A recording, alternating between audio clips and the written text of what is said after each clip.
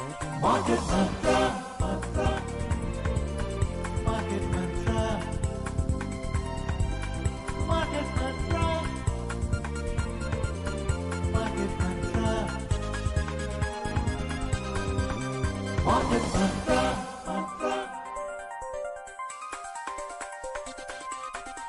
Market Mantra, Mantra. This is Akashvani. Good evening and welcome to another edition of Market Mantra, in which we give you a complete update on the economic news of the day.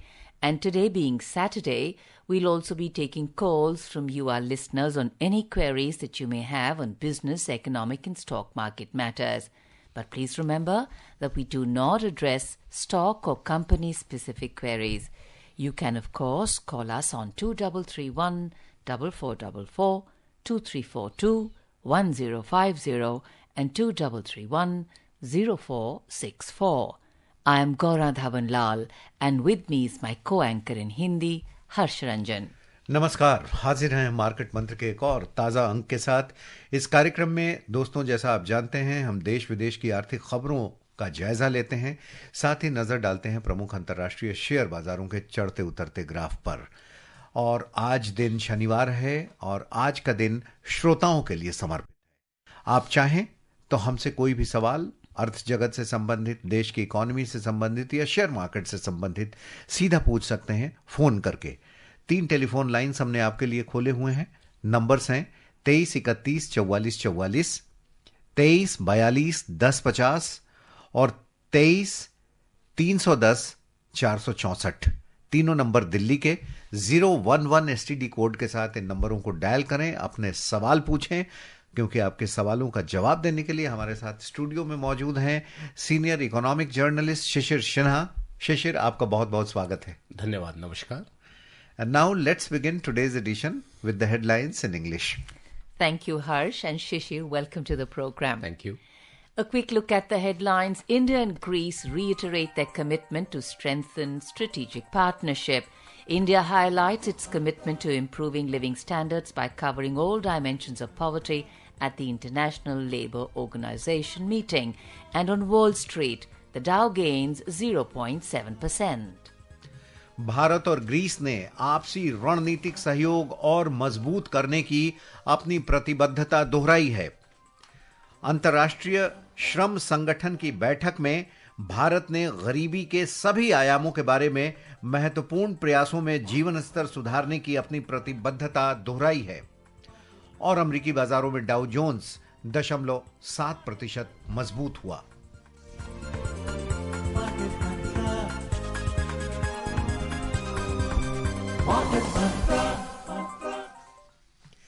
प्रधानमंत्री नरेंद्र मोदी और Greece के प्रधानमंत्री Kyriakos Mitsotakis ने दोनों देशों के बीच रणनीतिक साझेदारी को मजबूत करने की अपनी प्रतिबद्धता दोहराई है। टेलीफोन पर बातचीत के दौरान दोनों नेताओं ने भारत, मध्य पूर्व यूरोप आर्थिक गलियारे और पश्चिम एशिया में विकास सहित विभिन्न क्षेत्रीय और वैश्विक मुद्दों पर विचारों का आदान प्रदान किया। दोनों नेताओं ने हाल ही में उच्च स्तरीय आदान प्रदान के माध्यम से द्विपक्षीय संबंधों में उत्पन्न गति की भी सराहना की। उन्होंने व्यापार, रक्षा, शिपिंग और कनेक्टिविटी सहित द्विपक्षीय सहयोग के कई क्षेत्रों में प्रगति की समीक्षा की। बातचीत के दौरान श्री मित्सोताकिस ने भारत में आम चुनावों के बाद श्री मोदी को उनके पुनः निर्वाचित होने पर बधाई दी है। ग्रीस के साथ बातचीत में ये एक महत्वपूर्ण पहल है, एक महत्वपूर्ण बातचीत रही है दोनों देशों के बीच में। और खास करके शिशिर, अगर हम आपसे बात करें कि ये जो भारत मध्य पूर्व यूरोप आर्थिक गलियारा बन रहा है, इसके बाद ट्रेड में बहुत वृद्धि होने की संभावना है और उसकी जो गति है वो भी काफी तेज है। देखिए, व्यापारिक संबंधों को और नए बाजार को और बेहतर करने और विकसित करने के ऊपर इस सरकार का खास जोर रहा है, क्योंकि जो पारंपरिक बाजार हैं, चाहे वो आप यूरोप की बात कर लीजिए, चाहे आप खाड़ी के देशों की बात कर लीजिए, वहां पर हम जो स्थिति में पहुंच चुके हैं, उसके बाद जरूरत इस बात की है कि अगर हम अपने देश के मैन्युफैक्चरिंग को बढ़ावा देना चाहें तो आपके जो गैर पारंपरिक बाजार हैं उनके ऊपर हम किस तरीके से और बेहतर तरीके से काम कर सकते हैं। और जब इस तरह की द्विपक्षीय वार्ता होती है और जब इस तरीके से व्यापारिक कॉरिडोर को विकसित करने की बात होती है तो उसमें पहला जोर इसी बात पर होता है कि किस तरीके से व्यापार को बढ़ावा दिया जाए। और जब नए बाजार या वैसे बाजार जहां पर संभावनाओं का पूरी तरह से दोहन नहीं हो पाया है, वो ऐसे बातचीत में काफी महत्वपूर्ण हो जाता है। बिल्कुल। और चूंकि आज कॉलर्स डे है गौरा, हमारे साथ वीरेंद्र जुड़े हुए हैं और इन्होंने हमें कर्नाटक से फोन किया है। वीरेंद्र, आप कहां से बोल रहे हैं कर्नाटक से? This is Bagekot, sir, from Karnataka. Yeah, please go ahead and ask your question. Sir, I have a couple of questions. Presently, I am investing about 10% of my monthly income into mutual funds. And also, additionally, I am entering into IPOs. I have requested for a couple of IPOs and I got the allotment. So I got confused between IPOs or stocks. Which one is better? Thank you, sir. Okay. I believe the IPO, you get stock only in IPO, and when you are investing in mutual fund, you are getting units. So that's the basic difference. The second difference is when you are getting the shares under IPO, there is a possibility that you may have to pay face value plus premium.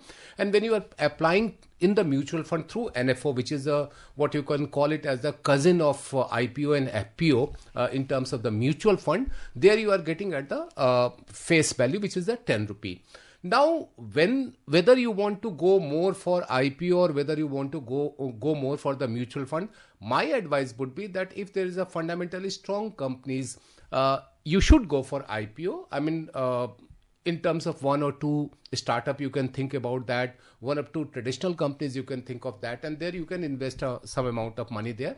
And in terms of mutual funds, since I believe that you are new in this market, so I would advise you to place part of your money also in the mutual fund, or rather bigger allocation than the IPO in the mutual fund. That will be certainly helpful. We now move to Kolkata, from where we have Atanu. All invention. Atanu, please welcome to the program. Please ask your question. Good evening. Good evening. Sir, my first question is Shunnajan everybody. Sir, why current consumption getting down? First. And second one, sir, how do we manage our income and expenses and keep some of money reserved aside?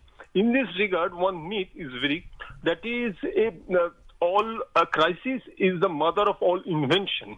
So do we search alternative, or do we where we were and we are now? Thank you very much.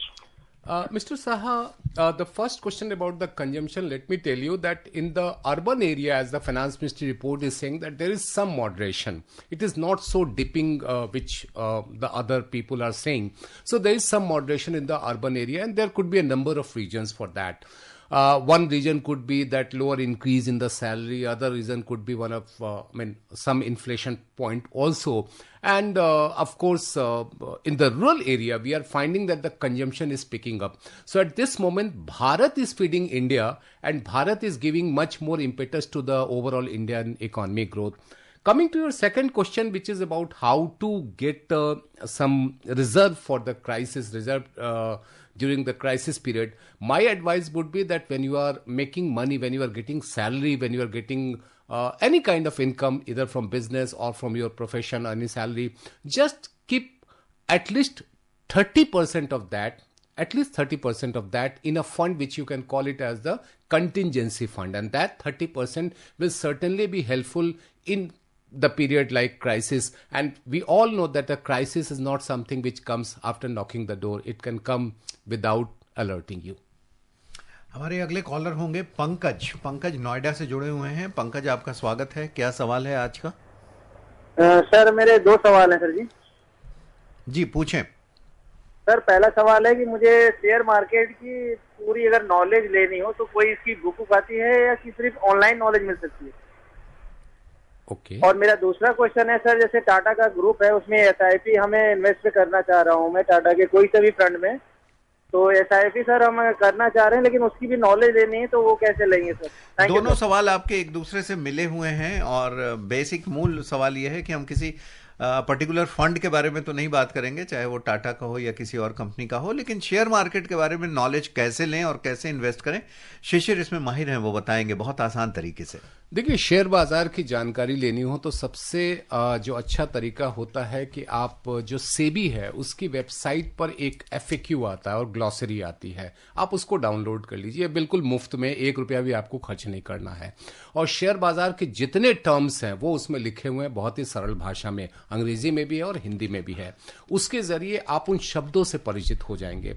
उसके बाद आप यदि किसी भी business channel को देखना शुरू करें या मार्केट मंत्र जैसे प्रोग्राम को सुनना शुरू करें, यहां पर हम लोग शेयर बाजार से जुड़ी हुई तमाम मुद्दों पर चर्चा करते हैं। शेयर बाजार की दैनिक गतिविधियों पर चर्चा करते हैं, शेयर बाजार की साप्ताहिक गतिविधियों पर चर्चा करते हैं और साथ ही साथ विदेशी बाजारों में क्या हो रहा है उससे भी चर्चा करते हैं, ताकि उसका भारतीय शेयर बाजारों पर क्या असर पड़ेगा। तो पहले तो आपने क ख ग सीखना है, फिर क से शब्द बनाना है, यानी कि कलम बनानी है, और फिर उस कलम से आप अपने मुनाफे की इबारत लिख सकते हैं। रहा सवाल म्यूचुअल फंड का, देखिए किसी भी फंड को अगर आपने पैसा लगाना हो, आपके लिए बेहतर है कि आपको उसके NFO में, NFO एक तरीके से आप समझ लीजिए कि जैसे कंपनियां IPO या FPO लेकर के आती हैं, उसी तरीके से म्यूचुअल फंड NFO लेकर के आती है, तो आपको उसमें पैसा लगाना चाहिए। न्यू फंड ऑफरिंग्स इसको बोलते हैं। बिल्कुल। और न्यू फंड ऑफरिंग में करने के बाद आप जो है फिर SIP शुरू कर सकते हैं। देखिए, याद रखिए, SIP यानी कि सिस्टमेटिक इन्वेस्टमेंट प्लान जो होता है वो एग्जिस्टिंग फंड का होता है। पहले आपको NFO में, अगर आपने शुरुआती करनी हो तो आप NFO में थोड़ा सा निवेश करें, फिर जो फंड चल रहे हैं उसमें आप SIP कर सकते हैं। कौन सा फंड पे करें, कैसे करें, अगर आप रविवार को मार्केट मंत्रा सुनते हो जो म्यूचुअल फंड पर विशेष तौर पर केंद्रित होता है, वो आपको काफी हद तक जानकारी फंड विशेष की दे सकते हैं। ये NFO में करने की बात आप क्यों कर रहे हैं? अगर कोई चाहे सीधा किसी भी म्यूचुअल फंड में जाके अपना चुन के उसमें सीधा कर सकते हैं। देखिए, दिक्कत क्या होती है कि आपको अगर मौजूदा फंड के बारे में बहुत ज्यादा जानकारी नहीं है और आप उसमें करंट NAV पे, जिसको हम लोग नेट एसेट वैल्यू कहते हैं, जैसे शेयर का एक बाजार कीमत होता है, उसी तरीके से हर म्यूचुअल फंड का एक नेट एसेट वैल्यू होता है, उसकी अगर आप बहुत अच्छे तरीके से परख नहीं कर पाए तो जब NFO कोई कंपनी लेकर के आती है तो काफी डिटेल में वो जानकारी देती हैं और उन जानकारियों के हिसाब से आप उस किसी फंड को परख करके उसमें पैसा लगा सकते हैं। मेरा ये कहना है कि आप शुरुआत में थोड़ा सा पैसा लगाएं, जैसे आपके पास मान लीजिए कि 5,000 10,000 रुपये, उसमें आप NFO में लगाइए और आपको यूनिट मिल जाता है, तो आपको म्यूचुअल फंड से परिचय हो जाता है। उसके बाद आप SIP पे जाएं तो आपके लिए ज्यादा बेहतर होगा। शिशिर, आपने बात करी अभी एक FAQ, फ्रीक्वेंटली आस्क्ड क्वेश्चंस और ग्लॉसरी की, तो इसको जब डाउनलोड करना है तो इसको, जैसे अपनी शब्दावली है आपकी, एक पर्टिकुलरली स्टॉक मार्केट एक्सचेंज की वोकैबुलरी है, तो इसको कौन सी किसी साइट से करेंगे? सेबी की साइट। जी, इसकी वेबसाइट का एड्रेस है sebi.gov.in। इस वेबसाइट से जाकर के आप कर सकते हैं और उसी तरीके से rbi.org.in, यहां पर भी जो RBI की जो FAQ और ग्लॉसरी है उसको डाउनलोड कर लें तो शेयर बाजार और जो हम लोग कहते हैं ना कि कैपिटल मार्केट या अर्थव्यवस्था से जुड़े हुए तमाम जो शब्द हैं उन शब्दों को समझने में आपको आसानी होगी। उसके बाद आपको अखबार पढ़ने हैं या आपको इस तरह के प्रोग्राम जो हम मार्केट मंत्रा की बात करते हैं जो 7 दिन उपलब्ध होता है, जिसमें से 3 दिन खास तौर पे श्रोताओं से सवाल जवाब का होता है, 1 दिन आपका म्यूचुअल फंड पे होता है, 5 दिन हम अलग अलग आर्थिक मुद्दों पर चर्चा करते हैं। तो आपके पास अगर शब्द आ जाएं तो आपको समझने में आसानी हो। जी बिल्कुल। We now welcome from Delhi, Nitin. Nitin, welcome. Please ask your question. And please, you need to switch down the volume. Nitin, please decrease the volume, of your radio. Thank you. Please ask your question. Hello, नमस्कार। नमस्कार। हाँ, जैसे कि अभी मैं आपका इसी सवाल को सुन रहा था, जवाब को सुन रहा था, कि यही एक मेरा सवाल रिटर्न में आपसे दोबारा से ये पूछना चाहूंगा, जो बिल्कुल शेयर मार्केट म्यूचुअल फंड में नहीं जानते और सीधी भाषा में कहें तो जैसे ग्राम, हमारे देश में गांव काफी संख्या में है, वहाँ काफी लोग इस टेक्नोलॉजी को नहीं समझते, जो आपकी इंटरनेट चलाना आता है नहीं आता है, इसमें नहीं जानकारी रख पाते। तो ऐसे लोगों के लिए क्या आप शेयर मार्केट के कुछ एक्सपर्ट, क्या उनके लिए क्या हेल्प करने के लिए करना चाहते हैं कि मार्केट प्रोग्राम सुनने से काफी हद तक तो समझ में आता है, पर टेक्निकल पॉइंट जो बातें होती हैं आप लोगों की वो उनको समझ नहीं आती। कई लोगों से मेरी बातचीत हुई, उनके बारे में उनको जानकारी नहीं है। वो कहते हैं सिर्फ हम FD बैंक में जाते हैं, सीधे तरीके से जमा कर देते हैं और जाके हम सीधा सोना खरीदते हैं, प्योर सोना। जिससे हमें खरीदने में और बेचने में कोई दिक्कत नहीं होती। एफडी में जाते हैं बैंक में, मैच्योरिटी होने पर हम अपनी ले आते हैं और जमा कर आते हैं। तो इस बारे में आप कुछ एक्सपर्ट हमारे को राय देंगे कि क्या करें। और आज की तारीख में मैं अगर सोना खरीदना चाहूँ तो बेनिफिट में रहूंगा, प्योर सोना खरीदूंगा, ना कि मैं कोई कुछ आइटम खरीदना चाहूँगा। धन्यवाद जी। देखिए, पहला प्रश्न तो ये है कि जिस चीज़ की आपको समझ ना हो तो उसमें पैसा ही नहीं लगाना चाहिए, क्योंकि देखिए पैसा आपका अपना है और बड़ी मेहनत से आपने कमाई करी है, तो उसको यूं ही आप ना लगा दे जिसकी आपको समझ ना हो। तो अगर शेयर बाजार, म्यूचुअल फंड से आप बहुत ज़्यादा परिचित नहीं है, जानकारी नहीं है, तो आपके लिए बेहतर विकल्प है कि आप पोस्ट ऑफिस की स्कीम्स में या फिर आप बैंक में पैसा जमा करा सकते हैं। हाँ, आपके मन में ये भी हो सकता है कि अमुक आदमी इतना मुनाफा शेयर बाजार में कमा रहा है तो हम क्यों ना कमाएं। ये लालच हमेशा रहेगा, लेकिन याद रखिए, जैसा मैं बार बार कहता हूं, पैसा आपका अपना है, फैसला काफी सोच समझ करके करना है। दूसरा जो आपने प्रश्न पूछा सोने को लेकर के, अभी सोने की कीमत काफी ज्यादा है। अगर सोना खरीदने का अगर समय कहा जाए तो वो नहीं है, इसके लिए आपको थोड़ा इंतजार करना पड़ेगा। Right. From Bengaluru, Mr. N.R. Prasad. Mr. Prasad, you're live now. Please ask your question. Welcome. Good evening, Market Mantra. Good evening. This is N.R. Prasad from Bangalore. Gaurav Dhawan Lal ji, Harsh Ranjan ji, Mr. Sinha, wishing you all a very happy Diwali. Thank you. Thank you Thank very you much. so much. Thank you, Ji. Mr. Sinha, there are two questions. This week, market first 2 days rallied. The next 2 days, Wednesday and Thursday, it fell down. Yesterday in the Muhurat trading, again it rallied maybe a little, about 335 points. Any specific reason for this? Is this a geopolitical problem is continuing? My second question is, in the next 2 months, say in the month of November and December, which sector can do well, especially between the IT, FMCG, and the banking? There is one sub-question in this. Is this election result of the 2-3 states can influence the Indian stock market? Thank you. This is my 2 questions. Okay. Is that 2.5 question? Anyway, coming to your first point about the market thing, let me tell you, I mean, the kind of uncertainty we are seeing at the geopolitical level may have subsided, but now people are taking money out from India and going to China. Also in US, if you see the data, I mean, we will have some information about the Dow also in the latter part of this program.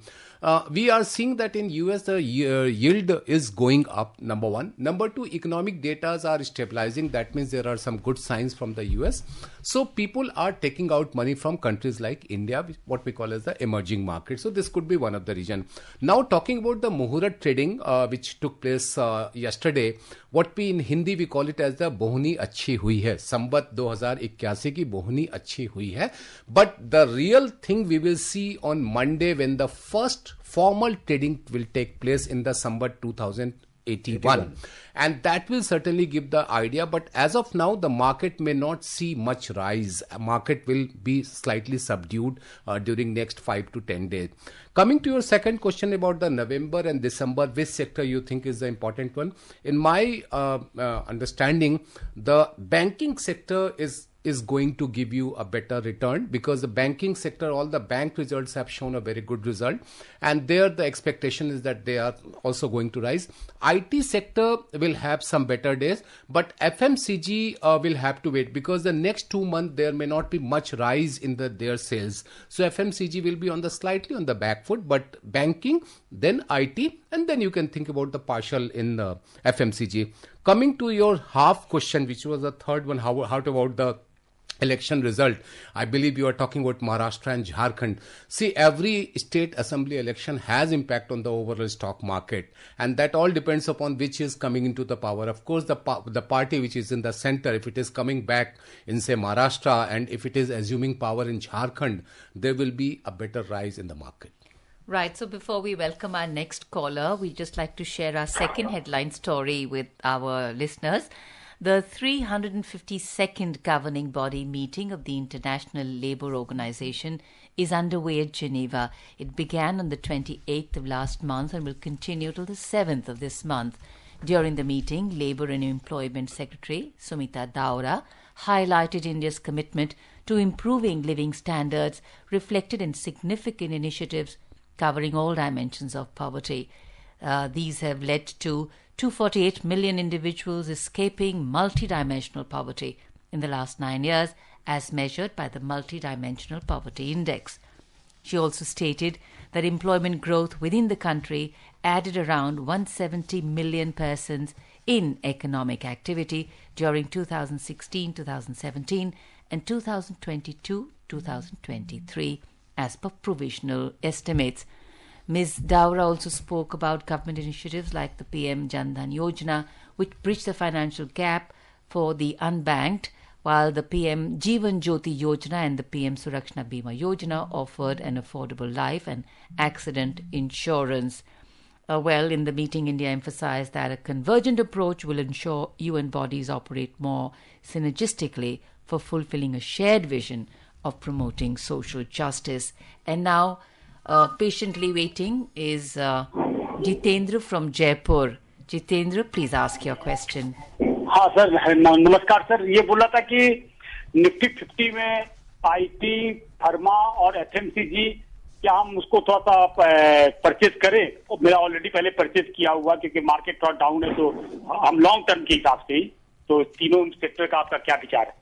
Okay, देखिए, Nifty 50 की बात करें या overall market की बात करें, मेरे हिसाब से आईटी कंपनी, जैसा मैंने अभी पहले भी कहा कि आईटी कंपनी में संभावनाएं बेहतर दिख रही हैं. आप उसमें कर सकते हैं और थोड़ा अतिरिक्त निवेश कर सकते हैं. जब लोअर प्राइस हो, आपको एवरेजिंग करने का अच्छा मौका मिला है अगर आपने पहले ऊंची कीमत पर खरीद रखा है तो. फार्मा सेक्टर देखिए, ऑल टाइम जिसको कहते हैं ना, एक विडंबना देखिए कि जब कभी भी देश में कोई बीमारी होती है तो दवा कंपनियों की चांदी हो जाती है और जो लेबोरेटरीज हैं उनकी भी चांदी हो जाती है. यह अब एक विडंबना है, लेकिन शेयर बाजार के निवेशक के तौर पे कहें तो वो एक अच्छी स्थिति होती है, क्योंकि उनको फायदा होता है. अभी के समय में फार्मा में बहुत ज्यादा मूवमेंट मुझे नजर नहीं आ रहा है, तो मेरे हिसाब से आप आईटी में जो अपना एक्सपोजर जो है वो बढ़ा सकते हैं अगर आप लोअर प्राइस पे अगर आपको वापस और खरीदने का मौका मिले तो. बैंकिंग और एफएमसीजी में भी अगर आपके पास थोड़ा सा टाइम फ्रेम ज्यादा है तो कर सकते हैं. मेरे ख्याल से एफएमसीजी में आपको थोड़ा वेट करना चाहिए, क्योंकि एफएमसीजी में एक, अगर आपने अभी गौर किया होगा कि तमाम एफएमसीजी कंपनियों ने कहा कि खरीद के मामले में उस तरह की बढ़ोतरी देखने को नहीं मिली, थोड़ा सा कम हुआ. बिल्कुल, खासतौर पर शहरी इलाकों में. इसीलिए हमने, आपको याद होगा प्रसाद साहब के क्वेश्चन में मैंने खास तौर पर जिक्र किया कि एफएमसीजी में आप अभी थोड़ा कम एक्सपोजर करें. बैंकिंग में मेरे हिसाब से संभावना ज्यादा बेहतर है. आईटी और बैंकिंग सेक्टर की पैरवी कर रहे हैं, आप कर सकते हैं, लेकिन वो भी हर शेयर को बेहद सोच समझकर और पढ़ाई के कर. पैसा आपका अपना है और मेहनत जरूर से उसको, उसके ऊपर थोड़ा मेहनत कीजिए, वो आपको और फायदा देगा.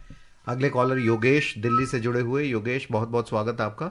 सवाल पूछ लें आप प्लीज. सभी को नमस्कार. दिवाली की, गोवर्धन पूजा की, धनतेरस की और भाई दूज की बहुत बहुत बधाई सबको.